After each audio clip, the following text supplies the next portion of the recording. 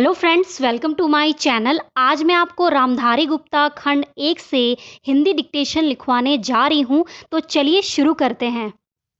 अध्यक्ष महोदय, मैं आपका आभारी हूँ कि आपने मुझे बोलने का अवसर दिया। इस देश के वर्तमान भारी संकट के समय में और ख़ास तौर से उस समय जबकि हम लड़ाई से अभी निवृत्त हुए हैं और आकाश में लड़ाई के बादल दूसरी तरफ से आने शुरू हुए हैं, हमारे अर्थ मंत्री ने जो बजट पेश किया है वे इसके लिए बधाई के पात्र हैं।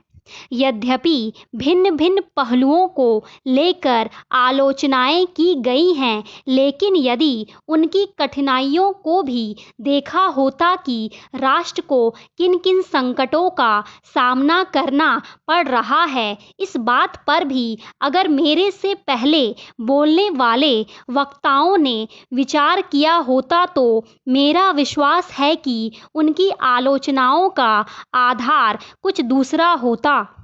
उन्होंने ऐसे कठिन अवसर पर यह एक संतुलित बजट पेश किया है, उसके लिए मैं उन्हें बार बार बधाई देता हूँ, लेकिन साथ ही साथ मैं अपना यह फर्ज समझता हूँ कि कुछ ऐसे विचार भी उनके सामने पेश करूँ जिससे उनकी कठिनाइयाँ कुछ हल हो जाएं।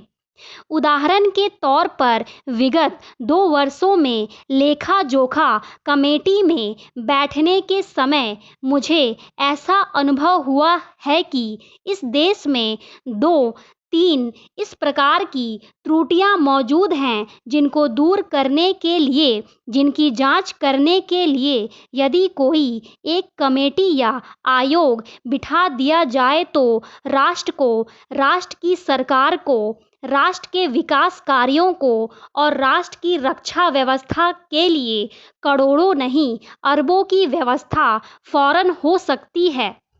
सिर्फ शासन को जागरूक होकर कुछ कदम उठाने की आवश्यकता है। अभी कुछ छिपे हुए धन का जिक्र किया गया।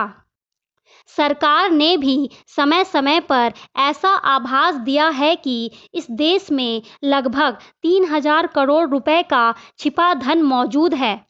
स्वयं मैं समझ नहीं पाता हूँ कि जब सरकार ऐसा महसूस करती है तो इसकी व्यवस्था करने में उसको दिक्कत क्या आ रही है। ऐसा मालूम होता है कि कहीं इच्छा शक्ति की कमी है।